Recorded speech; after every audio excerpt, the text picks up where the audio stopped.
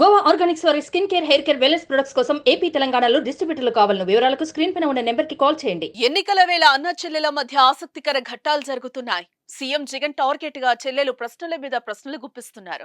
ఆంధ్రప్రదేశ్ కాంగ్రెస్ అధ్యక్షురాలు వైఎస్ షర్మిల మరోసారి ముఖ్యమంత్రి వైఎస్ జగన్మోహన్ రెడ్డికి లేఖ రాశారు.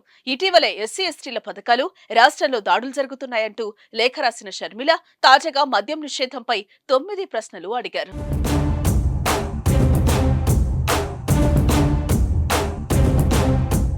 గత ఎన్నికల సమయంలో మద్యం విషయంలో ఇచ్చిన హామీలు ఎందుకు అమలు చేయలేదో చెప్పాలని అన్నారు. మద్యపాన నిషేధం గురించి నవసందేహాల పేరుతో రెండో లేఖను రాశారు.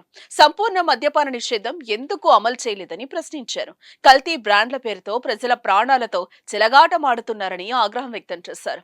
3 దశల్లో మద్య నిషేధమని మోసం చేశారని, మద్యపానం నిషేధించిన తర్వాత ఓటు అడుగుతానని అన్నమాట వాస్తవం కాదా అన్నారు. మద్యం అమ్మకాల్లో 20,000 కోట్ల నుంచి 30,000 కోట్లకు ఆదాయం పెంచుకున్నారని, అమ్మకాల్లో అభివృద్ధి చెందినట్టు కాదా అన్నారు. జగన్ గతంలో మద్యం ద్వారా వచ్చే ఆదాయాన్ని ప్రజల రక్తమాంసాల మీద వ్యాపారం అన్నారు. ఇప్పుడు మీరు చేస్తుందేంటి అంటూ ప్రశ్నించారు.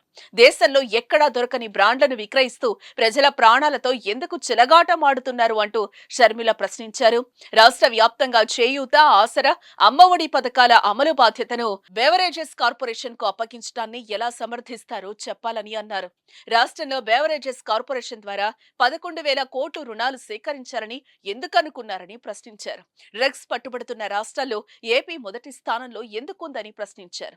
రాష్ట్రంలో 20.19 లక్షల మంది మాదక ద్రవ్యాలకు అలవాటు పడ్డారు. ఇందులో మీ వైఫల్యం లేదంటారా అంటూ జగన్ పై ప్రశ్నల వర్షం కురిపించారు. అయితే ఏ ప్రశ్నలపై సీఎం జగన్ నుంచి సమాధానం వస్తుందా లేదా అనే ఉత్కంఠ పొలిటికల్ గా కాకరేపుతోంది.